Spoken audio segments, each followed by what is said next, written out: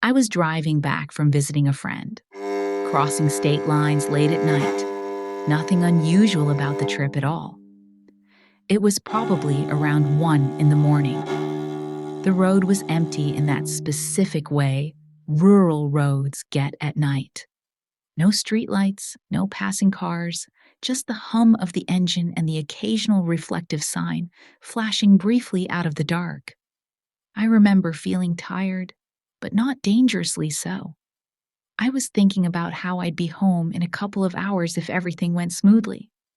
It didn't. The car didn't skid or crash or do anything dramatic. It just lost power. One moment the engine was running, the next it was silent. The dashboard lights flickered and went dark, and I coasted to a stop on the shoulder. I tried the ignition a few times, but nothing happened. My phone had no signal, which didn't surprise me given where I was. That was when I saw the house.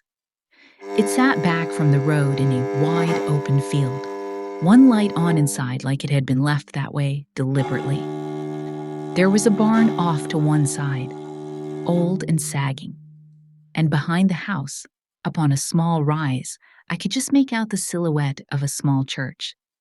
A windmill stood near the barn, turning slowly, creaking with each rotation despite the lack of wind. I didn't love the idea of walking up to a stranger's house in the middle of the night, but I didn't see another option. I grabbed my bag and started across the field. The porch creaked loudly under my feet, and before I could knock, the door opened.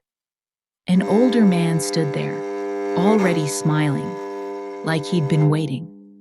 He was tall, broad-shouldered, solid in a way that didn't match his age. He asked if I was cold, told me to come inside. I explained about the car, said I just needed somewhere to wait until morning. He nodded and said, "You won't be driving anywhere tonight," in a tone that wasn't threatening at all. I remember that bothering me more than if he'd sounded aggressive. Inside, the house felt preserved rather than lived in. Heavy wooden furniture, old wallpaper, no television, no modern appliances. There was a rotary phone on a small table unplugged. He made me tea. It tasted metallic, like water that had been boiled too many times. I noticed a rifle mounted on the wall behind him, recently cleaned, and thought it seemed strange for someone living that far out to keep it displayed like that. He mentioned that someone was sleeping upstairs and offered me a small guest room. I asked about the church I'd seen outside. He said it was an old place. Nobody used it anymore. Something about the way he said that made it feel like a warning, though I couldn't have explained why at the time. Before leaving me, he told me to try and get some rest. That morning would come quicker than I expected. I didn't sleep properly. I must have drifted off eventually, because I woke up to a sound that didn't belong inside a house, something dragging across dirt. I checked my phone. It was around 2:30. I went to the window and pulled the curtain back just enough to look out. There was a figure moving across the field toward the church. It was tall and broad, and at first I thought it was carrying something over its shoulders, until I realized it was wearing the head of a bull. Not a mask, an actual head. Skin stretched tight over bone, horns uneven, the jaw hanging loose and knocking softly as it walked. It dragged a large body bag behind it, heavy enough to leave a dark line in the ground. I don't remember deciding to go upstairs. I just remember being there, knocking on a bedroom door with shaking hands. A woman's voice told me to come in. She was lying in bed, awake, staring at the ceiling. I told her what I'd seen, all of it tumbling out at once. Said we should tell her husband, call the police, do something. She listened without reacting. When I finished, she said calmly, That was my husband. I laughed because it sounded like a joke that hadn't landed. She repeated it exactly the same way. That was my husband. And then told me he collected people who broke down on the road, that he kills them and keeps them in the barn, that he took them to that church. When I asked her why she was telling me this, her voice cracked just slightly. She said she couldn't keep lying anymore. She pulled the blanket back to show me where her legs should have been and told me he'd done it years ago when she tried to stop him, that if she warned anyone again, he'd kill her. That was when we heard the front door open downstairs. Slow breathing followed, wet, uneven. She grabbed my hand and told me to go, not angrily, desperately. She said she couldn't live with herself if she didn't help me. I ran, barefoot across the field, my phone useless in my hand. The barn door was open. I didn't slow down, didn't think, just crossed the threshold and immediately wished I hadn't. Inside was slaughter. Blood soaked into the dirt floor in dark, uneven patches, thick enough in places that my feet stuck when I tried to move. There were body parts everywhere. Arms laid out on a table like tools, ribs stacked in a crate, organs resting in buckets that were never meant to hold anything living. Bones hung from hooks in the ceiling, scraped clean, gently swaying. The smell was unbearable and it made my stomach seize so hard I thought I'd be sick. Some of the faces were still recognizable. Others were just pieces. What terrified me most was how deliberate it all was. Plastic sheets lined the walls. Shoes were placed neatly. Clothes were folded and stacked. This wasn't the work of panic or madness. It was careful, methodical, the kind of place built by someone who had done this many times and planned to do it many more. There was an old car inside, keys hanging from a nail. I barely managed to start it before he came out of the shadows, the bull's head catching the headlights. I hit the gas. I felt the impact. I heard bone crack. I didn't stop until I was back on the road, hands locked around the wheel. When I finally forced myself to look in the mirror, I didn't see him lying there like I expected. There was nothing behind me at all. Instead, in the distance, I saw the house one last time, and in an upstairs window, the woman. She was smiling, relieved, like someone who had finally done the one good thing they were still capable of doing. A week later, a police officer came to my apartment. When there was a knock at my door that afternoon, I felt a brief, irrational flicker of relief. Like this was finally going to be finished.